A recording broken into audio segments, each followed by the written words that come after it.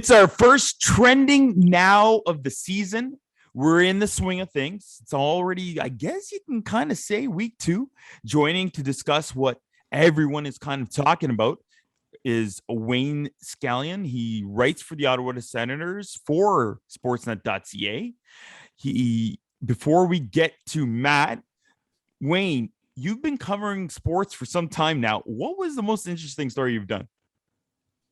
Oh my God! And all that time, I mean, I've been to 10 Olympic Games and I've covered the Senators from the inception. So it's kind of hard to pick one. But off the top of my head, being there for Sidney Crosby scoring the golden goal in Vancouver was right up there.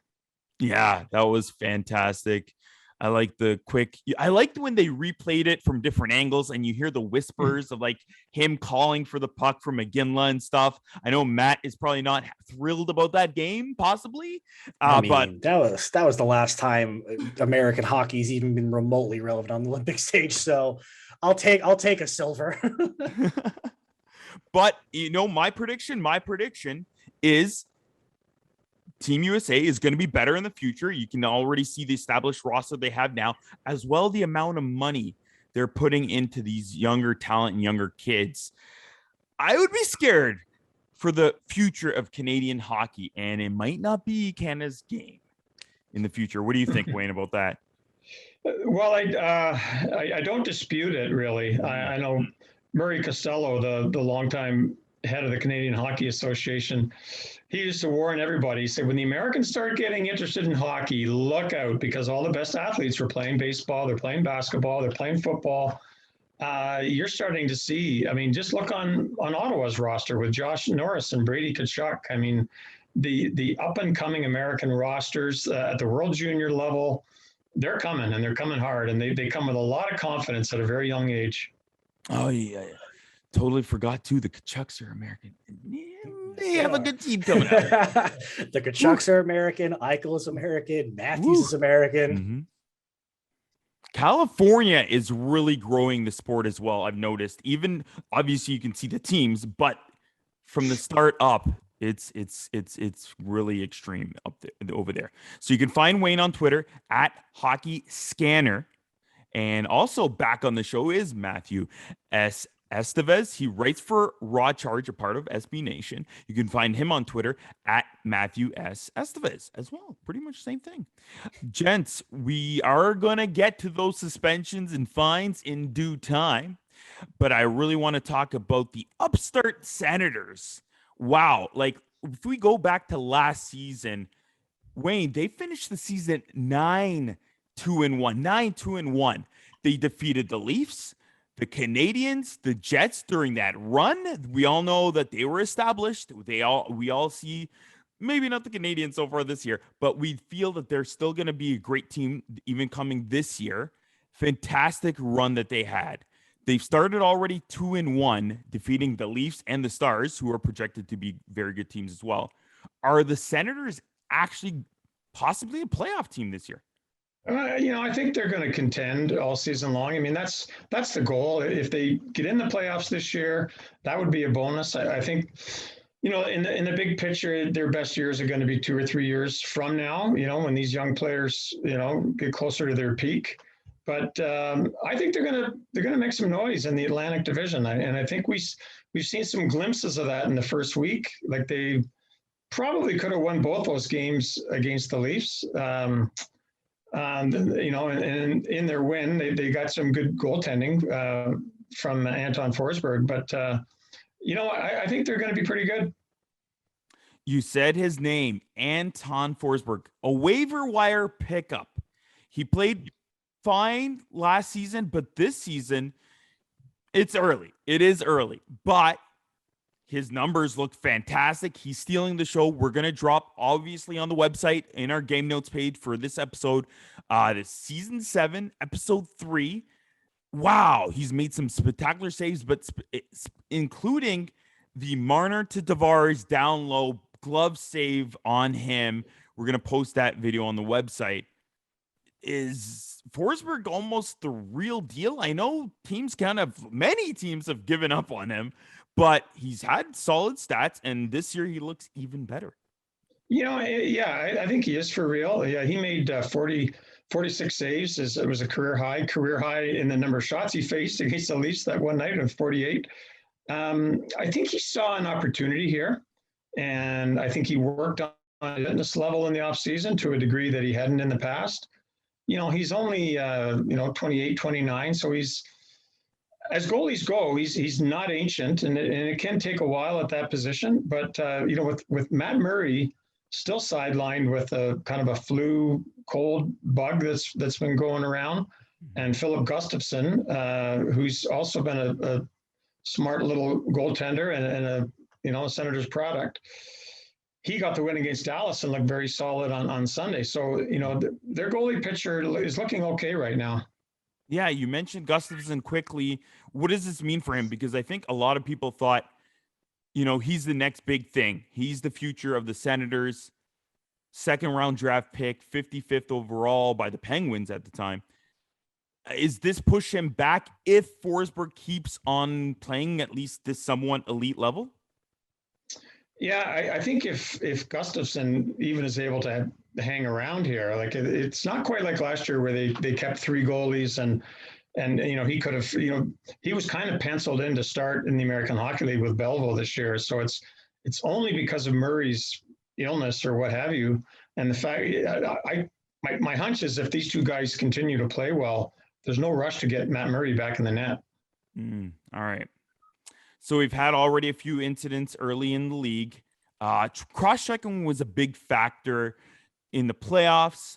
And in the preseason, we kind of saw the refs really taking a stand. Do you feel that they've already gone away with them being kind of stingy early on in this season, Matthew? With cross-checking in general, I felt like they've definitely made their message known. There was the penalty on Sergachev in the Washington game where he was called for cross-checking when the guy was already on his knees. That's a call that I was honestly like, wow, they're actually holding to it. I was surprised. I'm fine with it. I've always felt like players have taken liberties with cross-checking. But there is a fine line with it. It's just hard to dictate what it is. So it's up to the officials to kind of maintain this level of consistency, because it's not necessarily the officials don't call things. It's that they'll call things one way early in the game, and then later in the game they don't call it. And that's the biggest thing that players always say. It's not necessarily like rule book. It's like, just be consistent. Like if it's a penalty in the first, it's a penalty in the third. That's the biggest thing. So it'll be interesting to see how the officials keep this going, or if it's going to be, like how slashing was after the, big lockout, where it was all, no slashing, or they were super, super anal about it, and then they just tapered off. That's what I'm afraid of, because they've done that in the past numerous times. Yeah. We saw, was it Tim Peel that was suspended last year? I believe so. And then we've already seen 3 referees this season retire. So kind of the changing of the old guard. Wayne, what does that mean for the future of referees? How can they be consistent? Is it possible, or are they always going to kind of go with the flow of how the game is going and then kind of, throw a penalty in here because they missed another one? Yeah, no, I think Matthew hit on it. And players and coaches and even fans, they just want a level of consistency. Like I watched all the preseason games, and they were anybody with a stick, and they were, the arm was going up, and it was a bit much, and you knew it wasn't going to last. And we're already seeing them get away from that a little bit. But then they missed a blatant call, like Radek Faksa had a wicked slash on Tim Stützle on Sunday, and there was fear that he'd broken his wrist or re-injured the wrist he had surgery on just last year. The wrist was fine. They had a quick X-ray, got him back on the ice, and now he was fined. Faksa was fined $5,000, maximum allowed today, but no penalty called. And when you look at the replay, there's an official standing right there. How does he miss something like that? Yep. And there's a lot of kind of innocent-looking taps that they call, and then they miss that. So you can see where the frustration can be. Yeah, you're right. I saw Tavares' face and their actions after that game, when in the last minute of the game, the first game against the Senators, he stick lifted him. We see guys like McDavid and Matthews do that a million times a game, and it's fine. And sometimes they miss it, and then they call that one a penalty. So it's tricky. It's tricky stuff. I'm glad Stützle was back on the ice, and oh my goodness, he has some tremendous creativity. I see him being an all-star for many years, and wow, at the end of the speed he went at the end of the game, and the nice little move, he couldn't finish, and hopefully it's not the wrist that's bothering him as well. Yeah, no, that was a gorgeous play. Like if they've been playing that all over Sens Twitter today with the pass to Batherson, who had to kick it up to his skates to stay on side, and then get it back over to Stützle, who had to kick it up at his skates to get a shot off. And if he'd scored on that, it would have been a highlight reel for weeks to come. But yeah, he looks like he's ready to explode because he's getting these chances, he's breaking in, he's hitting posts. It's going to come in probably in bunches when he does hit. Yeah, for sure. I see big things coming in Stützle's future. And I talked to sometimes my old buddy, the only person I've seen during the last year and a half, because I was living at his house while I'm going to school.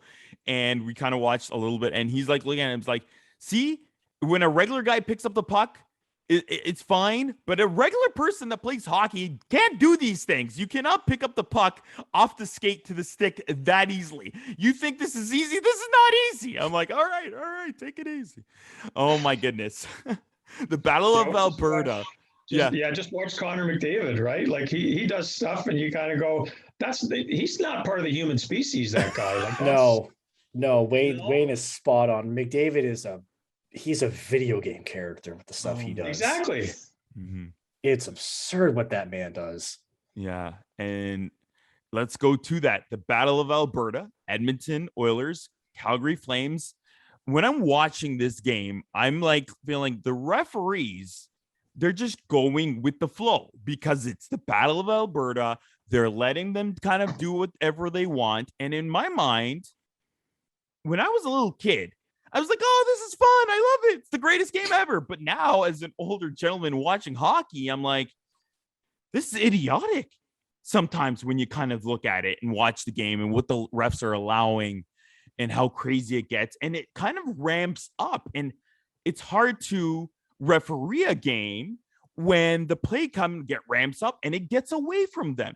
So then the league, of course, the one incident out of all many, of course, is they fined Flames defenseman Rasmus Andersson $5,000, the maximum allowed by the CBA, for roughing Oilers' tiny little guy, Kailer Yamamoto, right? And I'm thinking of like, holy Jesus, that's ridiculous. Do you see what he did? It reminds me of 2012 when Shea Weber threw Henrik Zetterberg's face in the boards, and he was just again fined just for that in a 2-minute minor. He didn't do anything. He's kind of like he was kind of pushed. Yamamoto was barely pushed into the net. He didn't do a thing. But Anderson comes in and he threw a couple of like fists with the glove on and shoved them and stuff. And I was like, 2 minutes, that's nothing. And I'm surprised he, in my opinion, mine should get maybe suspension. Wayne, is the NHL, in my mind, not cracking down enough on these kind of plays? Well, I think it gets back to what we talked about earlier. It's, their policing off the ice has much of the same issues that they have on the ice. And that's, finding a level of consistency and kind of knowing where the bar is set. Like this is the bar. You can't go beyond that. I just think that they've been a bit erratic in how they assess things, and it's problematic because it's hard to have faith in the game. You need the authority, right? It's kind of like you need law and order in the streets. Otherwise, there's mayhem, right? Like you've got to have a system that you can believe in. And we all love the game of hockey, but we want to know that the best players are safe. Like Connor McDavid, as I understand it, there wasn't a single penalty called on an opponent against him in the playoffs last year. And when he's got the puck so much and is manhandled to the degree that he is, well, it just makes teams want to just load up with goofy guys because the best player in the world isn't allowed to do his thing. So, would they allow that in the sport of basketball? I mean, there's not a chance, right? The best players, kind of run the sport, and they don't call them for anything, and everybody gets called for stuff they do on them, and that's kind of the right way, really. They should be leaning more to that model rather than what they have. Yeah, I agree with Wade, because at the end of the day, your stars are what's going to sell. I mean, does not everyone, no offense to you, Wayne, everyone who's around Wayne's age or a bit older, don't they always talk about the great days of the 80s when Gretzky was just obliterating the league? Gretzky sold the league. Like, we wouldn't have the NHL we have today without Gretzky's impact. Hell, we wouldn't even have what California has in hockey without Gretzky's impact there. Why is that? Because Gretzky was the greatest player ever, and because they allowed him to do his thing. And now we're reaching a point where it's like, like you said, Connor McDavid can't even draw a penalty in a playoff series where he's clearly getting mauled to death. We're not asking for like basketball treatment, but like, come on, man. Like, we shouldn't be championing, like, no offense to the guys who are out there. I mean, every single guy who's on the NHL is an unbelievable player in general, but like, fourth liners can't be the guys who are championed when, Connor McDavid is the only reason the Oilers even made it there in the first place, and it's this tightrope the league has to kind of navigate, because they have to be better with it, but they also can't, they don't want to alienate older fans. Understandable. I get that. But at the end of the day, those older fans are going to go away at some point, and you're going to have that younger fan base who's just going to be jaded and be like, oh, you're not going to call anything anyway. I'm not going to bother watching, So it's a weird tightrope they have to navigate to find a way. And like Wayne said, it's just find a level of consistency. If we can just be consistent with something, then a lot of the complaints will disappear. But like, they have to find that consistency first. And it's not even just penalties. It's other things like, defensemen literally shoving guys into their own goaltender and then getting the call go their way. That still baffles me to this day, that a defender can just cross-check a guy square in the back, right onto his goaltender, and then they get a goaltender interference call. And it's like, but the dude didn't even do anything. Like, he got pushed. What's he supposed to do? Yeah. It's things like that. It's just like, we got to have a standard. And I feel like the standard, one day it's here, one day it's on the moon, one day it's, in the Pacific Ocean. It's all over the place. The thing that I have sometimes against the league is they sometimes only go strict on them if a player gets injured. It just seems like that's the thing that, okay, now we're going to do something about it. Whereas there's guys like, I watched my Leafs growing up. Grabowski took it, and I swear he must have played with concussions the next shift, the next game. And there's a lot of guys that kind of do that. It's laughable sometimes that on some plays, a player could be seriously injured and nothing comes of these situations. We've seen just even last year, Tom Wilson's interactions with the Rangers in those games with Artemi Panarin. What happens? Because they don't do anything with Tom Wilson and him throwing down Panarin and the other skilled players, total changes. The organization changes guys above. They bring in a Ryan Reeves on their team. My goodness. What do you do then, Wayne? Yeah, we're heading back to the caveman days. We're not advancing forward. We're going back to caveman hockey. It's ridiculous. It's just exactly what Matthew was talking about in the playoffs. These third and fourth line guys, these role players, they become heroes. Their importance becomes elevated. Why? Because they don't really call penalties, and so these so-called energy guys can maul the best players and get away with it. And so there's value there. So now the Rangers feel they've got to arm themselves. It's not so much for the regular season, but in the playoffs to protect their younger guys. It's all kind of an old guard way of thinking. And if they called the rules, but I mean, do they do this in football? Do they have to have an enforcer on the New England Patriots? I don't think so. I mean, the linemen will go after the linemen and that kind of thing, but you don't have to hire a goon, and the league should be past that. And there's so much skill in the game, so much young talent. Honestly, we should be just running with that. Yeah. All right. I wanted to kind of bring up the Evander Kane thing, so I'm going to try to leave it for next week. We brought on Matthew to talk about the suspension with the Detroit Red Wings forward Dylan Larkin for 1 game for roughing on Tampa Bay Lightning Matthew Joseph on October 15th of the wild punch that he did in retaliation. There's going to be the video. We're going to put it on our website again, season 7, episode 3. The direct quote, I listened to what NHL disciplinary action said, and it's a little long said, but I'll try to summarize as best I can. But Larkin then gets to his feet, finds Joseph, and swings wildly, punching the unsuspecting Joseph in the face with a gloved hand with sufficient force to knock him to the ice. This is roughing, and it's important to note that this is not the case of players willing to engage in mutual confrontation. Joseph has no warning that he is about to be punched, and marking this given no time to brace for contact to defend himself or choose to engage in the altercation. We understand that Larkin is frustrated on the play, and our department has established in the past players are not excused from punishment merely because they're acting in response to the actions of the other player, which causes the player to rise above supplemental disciplinary action in retaliation to the nature of the punch of an unsuspecting opponent. Again, those key words I find interesting. No warning for Joseph, though he delivered a vicious check from behind into the boards, and I think he should be kind of ready for somebody to retaliatory action there, either Larkin or a teammate. He could have easily got injured there. And also, just that he's unsuspecting opponent again in that case, and retaliatory. So when they say retaliatory, so it means that you can cause a vicious check or a vicious hit. But hey, if it's not retaliatory, it's fine. We're not going to give you a big suspension. Matthew? Yeah. The hit was dumb. Mm-hmm. The hit was dumb. Larkin was already bent over a little bit, and Joseph caught him at a weird angle, and it was all bad. He had no business making that hit. Like, if you want to put your body on him, put your hip into him a little bit. There's no reason for you to push like that. So there's no absolving Joseph from the hit. He absolutely should have been penalized more than what he was for that hit. That was stupid.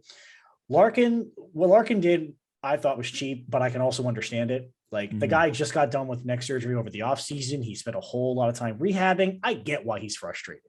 Do I agree with him just spinning around and just throwing a punch like that? No. But do I understand why he did it? Yeah. Do I agree with the suspension? Yeah. Do I think Joseph should have got more? Absolutely. But again, if they had just called the penalty on it in the first place, could have avoided the whole damn thing. But no, they didn't call it. So what do you expect? It's the NHL's own fault that happens. If you just called the penalty on Joseph in the first place, they might go for their pound of flesh in some other way. Just, you hit him like that. But it's just the league just bungles it. They bungled it on the ice, and they only got a portion of the discipline correct. So it's just it's a carnival essentially when it comes to officiating in those situations. It's just just call them. Like, you could tell it's a bad hit. Like, come on. It's nonsense. And well, I'm you know what? I'm going to leave it at that. You can't let things build up and ramp up, or it just gets worse and worse later on in the game, or in those kind of instances as well with Buffalo and Jack Eichel. So we're going to next up talk in our team episode with what the Sabres are going to do with Jack Eichel and letting it dwell. And are they going to do the surgery? They don't want to. Eichel wants to. And it looks like they're going to have to move him. So next up on Team ISO Sabres Talk, we'll have Joe Yerdon, Melissa Burgess, and Anthony Scudera talking all things Sabres. Again, gentlemen, thank you for joining me. You can get Matthew on Twitter at Matthew S. Esteves and Wayne at Hockey Scanner. Thanks for joining me, gentlemen. Of course. Thanks for having me, man.